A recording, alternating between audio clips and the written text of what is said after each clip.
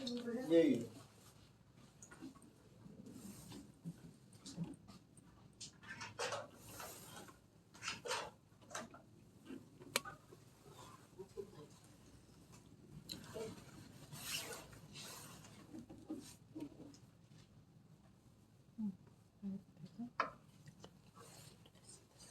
근데 이쪽으로 놔야지. 잘 안 보이시잖아? 칠판만 잘 보인다. 됐다.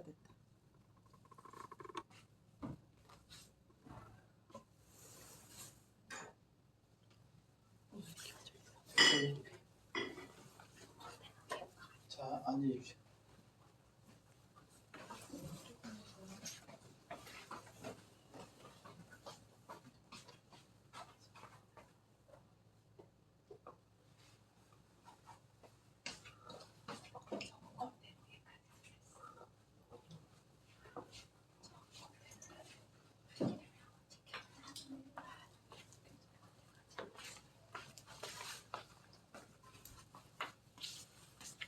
기도하고 시작하겠습니다. 하나님 아버지, 오늘도 은혜 주셔서 정죄 역사의 두 번째 시간을 이렇게 갈 수 있도록 도우신 것 감사합니다. 성령께서 역사로 통하여 주님의 섭리와 주님의 구원 역사를 늘 우리가 깨닫게 하시고, 또 교회사를 볼 때마다 교회사를 통하여 주시는 주님의 음성을 듣게 하여 주옵소서. 주연에 감사하고 예수님 이름으로 기도하옵나이다. 예, 지난번에는 이제 루터에 대해서 쭉 종교에게 원론적인 걸 한번 생각해 봤고, 두 번째로는 루터에 대해서 어떻게 사람들이 후세에 평가하는가. 그래서 어떤 사람들은 카톨릭 신학자들도 루터를 향하여 옛날에는 정죄하고 파문하고 그랬지만, 루터를 향하여 뭐라고 말하냐면 바울의 사상인 이신칭의 결의 칭의결의에 대해서 발견한 사람이다. 즉 1500년 동안 감추어져 있던 봉인된 믿음의 진리를 발견해 준 사람이 바로 루터다. 이렇게 말했어요. 그래서 한스킹이라는 그 카톨릭 신학자도 루터는 공식적으로 카톨릭으로부터 성직이 복권돼야 된다. 그리고 파문을 취해야 된다. 이렇게 말하면서 루터의 주장이 성경적이고 맞았다. 교황의 주장이 잘못했다. 그리고 천주교의 주장이 잘못했다. 이것을 이렇게 말했습니다. 한스킹이라는 사람이. 그 루터에 대해서 심지어 사회주의 학자들까지라도, 그러니까 공산주의 이 사회주의 학자들까지라도 오늘 루터를 뭐라고 부르냐면 큰가요? 루터를 사회개혁의 창시자다. 사회개혁의 창시자다. 이렇게 말하기까지 했습니다. 그래서 칼 막스나 엥겔스 같은 사람들도 루터를 크게 이렇게 말하고 있어요. 심지어 또 오늘 우리는 킬킹을 같은 사람도 말하기를 루터의 의도한 것과 사람들은 전혀 다른 방향에 서 있다. 그리고 교회가 루터가 말한 방향으로 서 있는 것이 아니라 루터가 말하지 않는 반대 방향으로 오늘 교회가 흘러가고 있다. 이렇게 킬킹으로도 말하고 있습니다. 여하튼 오늘 누가 말하기를 독일에서 가장 영웅이 누구냐? 그거는 괴테도 아니다. 우리가 생각하는 괴테하면 대단한 사람이잖아요. 이 루터라는 사람은 어떤 사람이냐 그러니까 독일에서 가장 역사적 가운데 존경하는 사람이다. 지금 현재에 이르기까지라도 가장 존경하는 사람이 루터가 누구냐? 독일 역사에서 그런 바로 루터다. 이렇게 말하고 있다고 했습니다. 그래서 오늘 이 루터는 그 당시에 보면 여러 관점에서 탁월한데, 루터는 총괄적인 루터의 재발견이라는 책에 보면 최주은 그 루터교 목사가 썼어요. 루터의 재발견.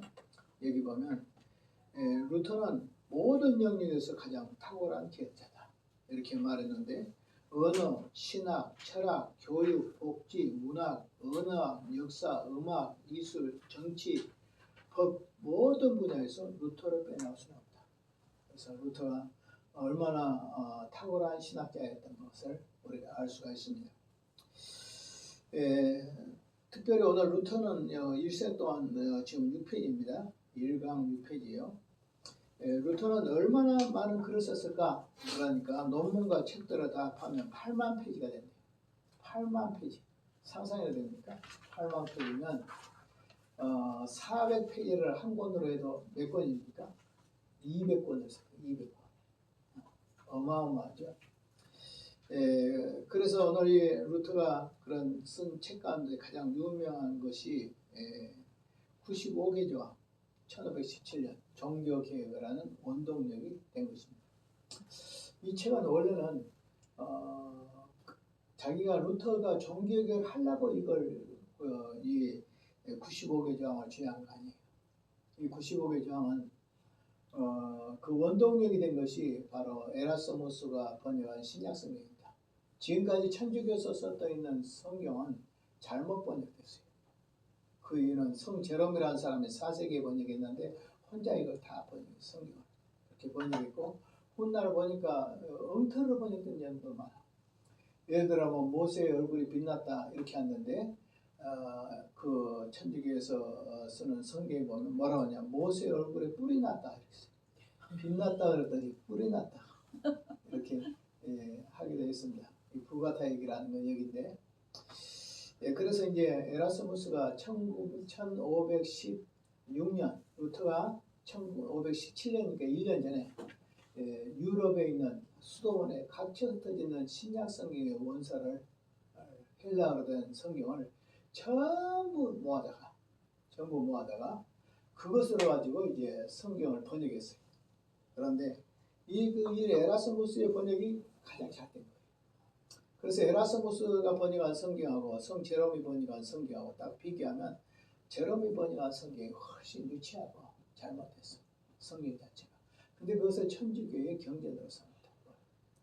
그러니까 루터가 정경이 1년 전에 에라스무스가 신약 성경을 헬라어로 된 신약 성경을 모아다가 번역해서 딱 비교하니까 나와버려. 이건 잘못 번역한 거야. 이건 잘못 번역한 거야. 이건 잘못 번역한 거야. 그래 쫙 나와. 그러니까 누가 말하기를 에라스무스가 신약 성경을 번역해 주지 않았더라면 1년 전에 1516년도에 번역해 주지 않았더라면 정교육 못한다. 정교육을 할 수 있는 것은 바로 에라스무스가 그 번역한 신약 성경의 덕이다. 그래서 누가 말하기를 정교육이란 뭐냐? 그러면 에라스무스가 낳은 달걀을 루터가 부화시킨 것이다. 이렇게 할 정도로 됐습니다. 그래서 에라스무스 선생님이 원래 신부인데 천주교의 잘못된 것을 알면서 그것을 바로잡기 위해서 신약 성경을 번역했어요. 그런데 에라스무스는 종교개혁을 할 만한 그런 심장은 못해. 머리는 명석이. 그 잘못됐다는 것도 알아. 그러나 교황과 맞붙여서 싸울 용기는 없어. 그러니까 자체 안에서 이거 잘못됐다 하는 것을 절감했지만 종교개혁까지는 못 나갔어요. 그러나 종교개혁을 한 사람 누구냐? 루터가 했다. 그래서 루터가 이제 그것을 이제 95개 조항을 써가지고 이 95개 조항 내용이 주로 뭐냐 그러면 우리는 목사님들은 흔히 의인은 믿음으로 살리라 이런 것을 루터가 깨달아서 95개 조항에 넣어가지고 했다. 아니에요. 95개 조항은 예수를 믿음으로 구원받는다라는 그런 것이 없어요. 천주교의 당시 잘못된 거 면접에 관한 거라든지 이런 천주교의 교황이 모든 교회의 권세를 가지고 있다라든지 성경이 절대 권위를 가지지 교황의 권위를 갖지 않는다든지 이런 것들은 쭉 있지만 우리가 흔히 생각하는 예수를 믿음으로 구원을 받는다. 이것은 1517년 종교개혁 때 일어난 일이 아니라 그보다 한 2년 뒤에 그 나은성 교수의 이야기하면 한 1519년 정도 돼서 예수를 믿음으로 구원을 받는다는 것이 표출됐고 오늘 이 종교개혁의 원동력이 됐던 95개 조항에는 없어요. 그래서 이제 95개 조항에 처음에는 이제 종교개혁을 하려고 한 것이 아니라 비텐버리크 안에 대학에서 한번 토론을 하려고 한번 토론을 하자 해가지고 이 비텐버리크 대학에 그 벽보에다가 붙여놨는데 누가 떼가버렸어. 그걸 떼갔다고 떼가가지고 그것을 복사를 해가지고 전 유럽에 다 뿌려버렸다고. 그러니까 이제 자기는 단순히 한번 논쟁을 하려고 무엇이 맞는가 틀린가 바로 세워보려고 하는 것인데 종교에까지는 생각하지 않았는데 자기가 붙여놓은 것이 누가 떼가버렸어요. 그래가지고 이걸 복사를 해가지고 전 유럽에 다 퍼져버렸으니까 이제 이러도 저러도 못해. 그래가지고 종교를 한 거예요. 만약에 그 종교를 하려면 어떻게 됐을까요? 비텐버르크에 대학에 붙였던 그 95개 조항이 독일어로 해야 될까요? 라틴어로 해야 될까요? 만약에 종교를 하려고 그러면 라틴어로 하면 안 돼. 왜냐하면 라틴어는 사람들이 모르잖아요. 우리가 영어로 써놓으면 모를 거잖아요. 한국말로 해야 될 거잖아요. 그럼 독일어로 해야 되겠죠. 그런데 독일어로 아니고 라틴어로 써놨어요. 근데 그것을 떼가지고 결국 누군가가 떼서 전 유럽으로 퍼져버려가지고 결국은 종교개혁을 할 수밖에 없었다 하는 운동력이 된 것이 오늘 95개 조항이다. 두 번째는 로마 교황권에 대해서 쓴 것이고 세 번째는 선행론에서 1520년도에 그 다음에 네 번째는 독일 귀족에게 과한 그것이 바로 1520년 교회의 바벨론 유수 그러니까 로마 교황청이 결국 프랑스로 잡혀가서 교황이 옛날에 프랑스는 천주교 나라인데 천주교 안에서 교황하고 가장 사이가 안 좋은 나라가 프랑스. 그런데도 불구하고 지금까지 천주교를 믿고 있잖아요. 그렇기 때문에 교황권에 대해서 가장 잘못된 것을 들고 나온 사람이 프랑스 사람들. 이 프랑스 사람들이 교황을 잡아다가 아비뇽이라는 것에다 거기다가 딱 가다놨어. 감금해놨어. 몇 년을 4명의 교황이 지나가도록 7명인가 교황이 지나가도록 거기다 가다놨다. 이것이 바로 이스라엘 백성들이 바벨론에 포로로 갔다 온 것을 연상해서 오늘 교황청의 그 바벨론 유수인데 교회의 바벨론 유수 이렇게도 합니다. 그래서 교황 황제잖아요. 그런데 어떻게 하냐면 프랑스의 신하로 만들었어. 프랑스 왕의 신하로 만들었다고. 그렇게 그래서 때로는 교황이 2명이 돼. 교황청이 이쪽에 이태리에 있는 바티칸에 있고 하나 또 프랑스 아비뇽도 있고 2명이 되기도 하고 때로는 교황이 3명이 되기도 하고 때로는 교황이 4명이 되기도 할 때도 있었다고. 그러니까 천주교에서 교황 대성화 뭐 이랬었지만 역사 가운데 보면 부끄러운 것이 말도 못해. 그 다음에 그리스도인의 자유 1520년 갈라디아서의 내용에서 진정한 자유는 뭐냐 그리스도의 자유는 뭐냐 그래서 우리는 복음으로 구원을 받은 자유다. 율법으로부터의 자유다. 죄로부터 자유다. 이런 것을 쓴 것이 바로 그리스도인의 자유라는 책을 썼습니다. 노예 의지입니다. 인간의 의지는 무엇일까? 우리가 인간이 죄를 짓고 났어요. 그리고 인간의 의지가 타락했죠. 그러면 타락한 의지는 인간의 의지에 따라서 선과 악을 구별할 수 있나요? 하나님을 믿을 수가 있나요? 무슨 거룩한 결정을 할 수 있나요? 근데 이렇게 말해요. 루터 선생이 말하기를 인간의 의지는 따릅시다. 노예 의지다. 그러니까 인간은 인간의 의지로 가지고 구원을 받거나 인간의 의지로 가지고 성경을 깨닫거나 인간의 의지로 해가지고 어떤 참 진리대로 살 수 없다. 우리가 살 수 있다면 성경을 통하여 깨닫는 것이고 성경을 통하여 깨닫는 것이지 인간의 의지로 되는 것이 아니다. 그래서 제가 이 책 가지고 있습니다. 어거스틴의 노예 의지. 어거스틴의 노예 의지와 함께 쌍벽을 이룬 것이 있는데 아까 에라스무스 이야기했죠. 신부 이야기했죠. 에라스무스의 그 의지도 있어요. 인간의 의지, 인간의 의지는 노예 의지다. 이것은 바로 루터가 주장한 것이라면 반면에 에라스무스는 의지는 뭐냐 하니까 인간의 의지로 선을 선택할 수 있다. 인간의 의지로 하나님을 믿을 수 있다. 인간의 의지로 선을 행할 수 있다. 이렇게 하니까 타락한 의지가 아니지. 너의 의지가 아니라 어떤 주인의 의지 같은 그런 것을 주장합니다. 그러니까 에라스무스하고 같은 에라스무스도 카톨릭의 잘못된 걸 지적한 사람이고 루터도 지적했지만 에라스무스는 상당히 오늘 뭐라고 말하냐면 좀 자유로운 사람. 신학 자체로는 우리가 받아들일 수 없어. 에라스무스의 신학은 받아들일 수 없다고. 그러나 어떤 제도에 대해서 잘못된 걸 지적한 건 맞고 성경을 번역한 건 잘했지만 이분이 주장한 것은 루터가 말한 것처럼 인간의 의지는 너의 의지다. 아니야. 에라스무스는 인간의 의지는 바로 주인의 의지야. 무엇인가 다 결정할 수 있고 이렇게 할 수 있다. 그래서 나중에 이제 에라스무스의 의지와 그다음에 루터의 두 의지론을 비교해 가지고 지금 책이 나와 있어요. 그러니까 에라스무스와 루터의 의지론 이런 것들이 나옵니다. 오늘도 우리는 인간의 의지가 아직 타락하지 않은 의지라고 생각할 사람 있습니까? 어떻게 생각하세요? 인간의 의지는 타락된 아담의 의지하고 똑같습니까? 아니죠. 타락했죠. 그러면 한 절반쯤 타락했을까요? 절반쯤 의지가 선악을 택할 수 있을까요? 그러면 뭐이 되냐면 카톨릭의 반펠라기우스주의자 잘못된 거예요. 그리고 알미니안주의, 오늘 기독교의 개신교의 칼빈주의 반대편에서는 알미니안주의가 똑같아요. 그런데 저도 이 책을 다 가지고 있어요. 노예 의지의 책도 있고, 그 다음에 그 8번째로는 대교리 문답과 소교리 문답이 있어요. 저도 이 책 다 있어요. 저 가지고 있어요. 제가 책 쓸 때도 이 웨스트민스터 대교리 문답, 루터의 대교리 문답, 소교리 문답 이것을 다 제가 이용하면서 많이 썼는데, 오늘 여기에서 보면은 여기도 이 세 권의 책이 가장 루터가 귀한 책이라는 거예요. 모든 책을 다 내가 잃어버린다 할지라도 세 권의 책은 내가 가지고 싶다. 자기가 쓴 책에서 잘 썼다고 생각하는 거죠. 그것이 첫째는 뭐예요? 너의 의지론. 그 다음 뭐예요? 대교리문답. 세 번째 소교리문답. 이 세 권이 루터의 책 중에서 가장 핵심적인 책이다 라고 하는 겁니다. 그 다음에 로마서 강해. 그리고 강해 예수를 믿음으로 구원을 받는다. 그 다음 갈라디아서 강해. 갈라디아서도 로마서의 축소판이니까 예수를 믿음으로 구원을 받는다. 율법으로 구원이 아니다. 이렇게 이야기를 쭉 하고 있습니다. 그 다음에 히브리서의 강의, 그 다음에 탁상당화, 이런데 대표적인 책이 뭐라 했죠? 노예 의지.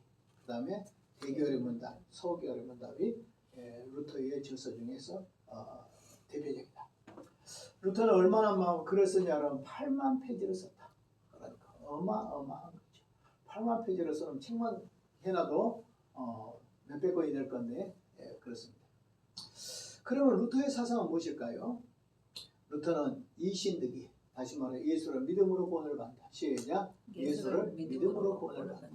자꾸 예수를 믿음으로 구원을 받는다는 것이 종교학자들의 진리고, 그 다음에 교부들의 정통 교부들의 진리고 성경의 진리인데, 이것을 가서 천주교가 자꾸 예수를 믿음으로만 구원을 받는 것이 아니라 인간의 선행을 해야 구원을 받는다. 자꾸 이렇게 한단 말이에요.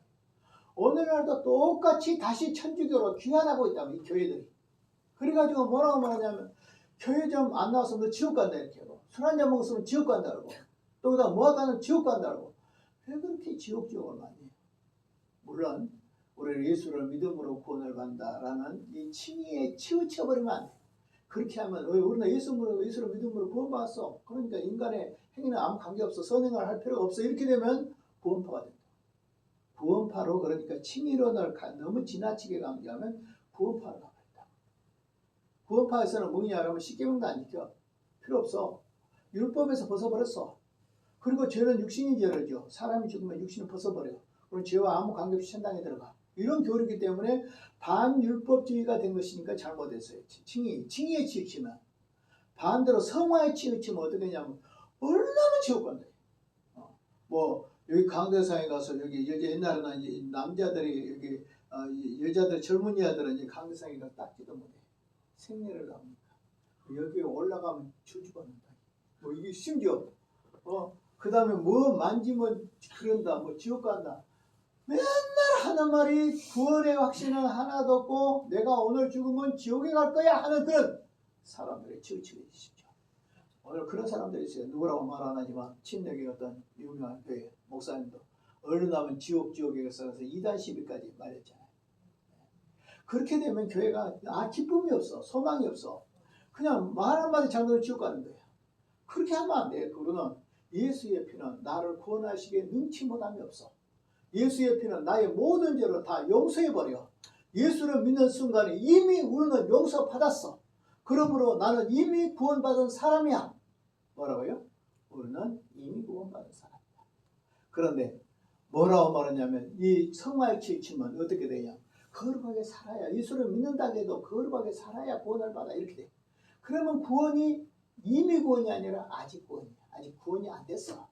언제나 죽을 때까지 가야 구원이 안 돼서 죽어봐야 천당에 들어가야 구원이 완성돼.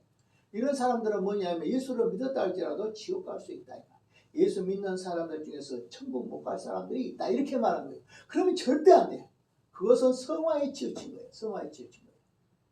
그래서 이제 오늘날 성화에 치우친 이유가 옛날에는 제일 우리나라 초대교회가 처음 들어왔을 때는 뭐냐면 칭의교리가 약했어. 그래서 맨날 뭐 예수도 믿고 착하게 해야 천당 간다 이런 거 다 베꼈어. 다 배워있어. 어느 날 저 어떤 기도원에 갔더니 기도원에 그 후흥회를 인도하신 목사님께서 본인 권사님들 막 장로님들 이런 사람도 앉아있잖아요. 여러분 예수님만 믿으면 천당 갑니까? 아니. 예수도 믿고 착한 일을 해야 천당 갑니까? 하고 손들더라 했더니 예수님만 믿으면 천당 간다는 사람 별로 없어. 전부 예수님을 믿고 착한 일도 해야 천당 간다고 다 손을 따더라. 그렇다면 그건 개신교가 아니야. 그건 장로교가 아니야. 그것은 천주교야. 그것은 성공이야. 잘못된 거예요. 루터 선생님은 그렇게 가르치지 않았어. 칼빈 선생님도 그렇게 가르치지 않았어. 우리 종교학자들은 그렇게 가르치지 않았어. 나 같은 죄인도 예수님을 믿는 순간에 나는 이미 구원을 받아서 원죄 다 용서받고 과거, 현재, 미래, 죽을 때까지 지을 죄를 이미 다 용서받아 버렸어. 그러므로 우리의 구원은 무슨 구원이다? 이미 구원이다. 그런데 사람들은 지금 다시 뭐라고 말한다고? 봐라, 선행도 해야 해. 그래서 그것은 아직 구원이야. 이렇게 하면 안 된다.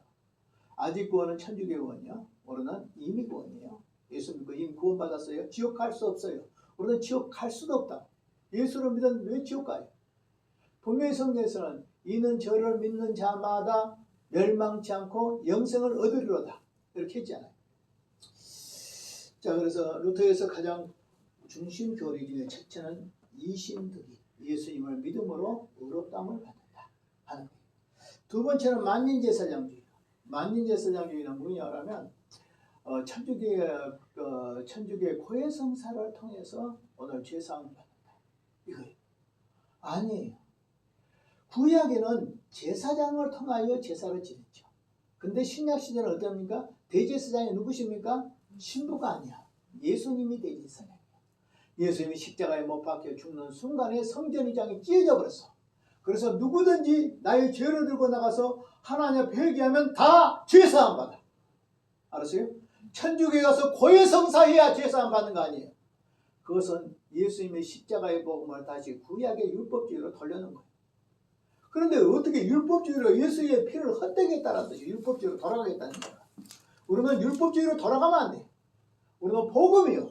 분명 아까 루터가 그리스도 안에서 우리는 자유가 있죠. 죄로부터 율법으로부터 우리는 자유하겠잖아요. 그러니까 만민제사장은 베드로전서에 보면 너희들은 왕같은 제사장이다. 그러므로 오늘 우리는 따릅시다. 우리는 다 제사장이다. 시작. 우리는 다 제사장이다. 자, 고해성사할 필요 있어요? 없어요. 그러면 우리가 직접 나가서 죄를 회개할 수 있어요? 없어요? 회개해요. 그럼 죄사함 줘야 안 돼요?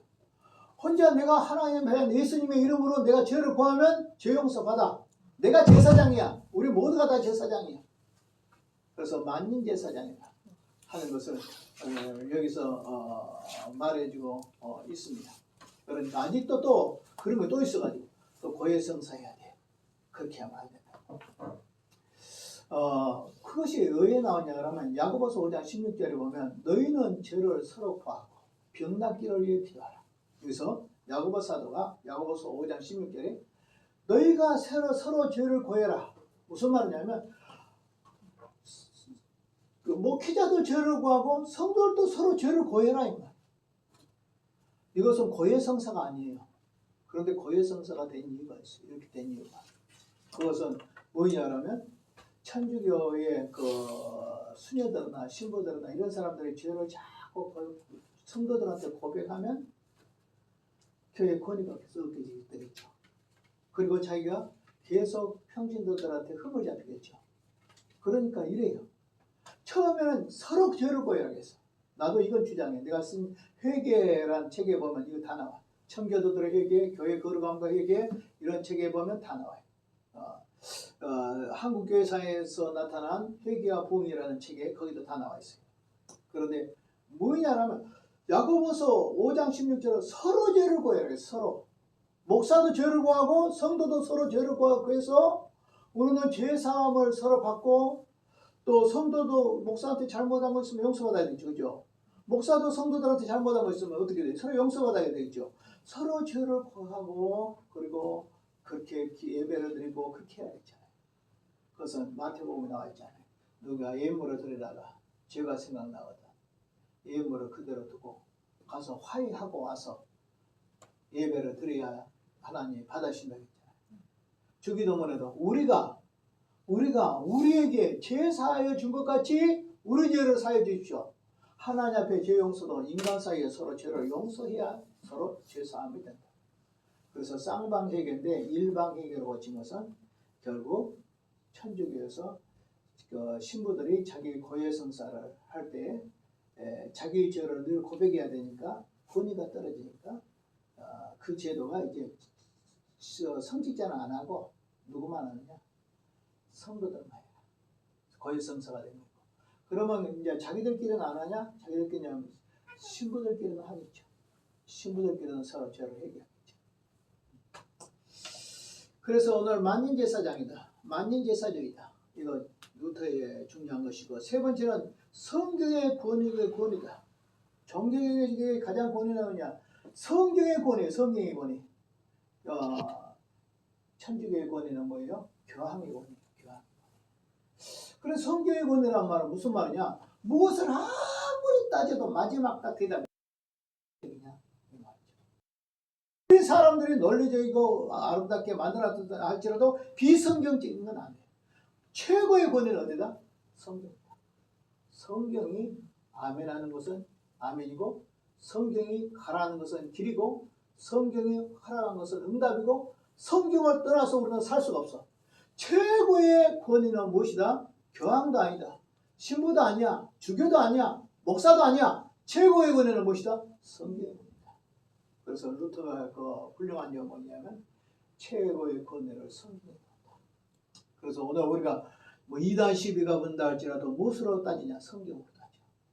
조직신학이 잘못됐느냐? 성경으로 따져. 교회가 뭐 잘못됐느냐? 성경으로 따져. 그 성경은 우리에게 준 최고의 권위고 최종의 권위다. 시작. 성경은 최고의 권위고 최종의 권위다. 마지막 대답이 성경이다. 그 다음에 이제 루터의 네 번째는 뭐냐? 경험지. 오늘 우리는 신앙은요 경험이 있을 때 있죠. 체험이 있을 때 살아나. 여러분들이 아무리 성경 이야기하고 뭐 이야기해도 만약에 머리로만 복음을 알고 체험이 없으면 어떻게 되냐 그러면 이 신학은 사변 신학이라고 해요. 다시 말하면 생각에만 머무르는 신학. 우리 예수님의 십자가도 내가 성령으로 믿을 때 예수님 나의 죄를 위해 죽으셨다 이렇게 되지. 내가 만약에 성령으로 복음에 대한 확신이 없으면 뭐라고 말하냐면 예수님이 십자가에 죽었다더라 이렇게 돼버려. 그러면 그것은 구원의 신앙이 못 되죠. 그러니까 루터는 실제적인 경험을 요구했다. 또 우리도 말씀에 대한 체험이 있어야 돼요, 없어야 돼요? 요한일서에 보면 이 말씀에 대하여는 눈으로 본바고 귀로 듣바고 손으로 만진바다. 시작. 말씀에 대하여 눈으로 본바고 귀로 들은바고 손으로 만진바다. 무슨 말이에요? 말씀에 대한 분명한 체험이 있어야 된다. 루터는 실제적 체험을 여기에서 강조하고 있어요. 이렇게 루터가 실제적인 체험을 한 것은 뭐냐면 루터가 그 당시에 독일의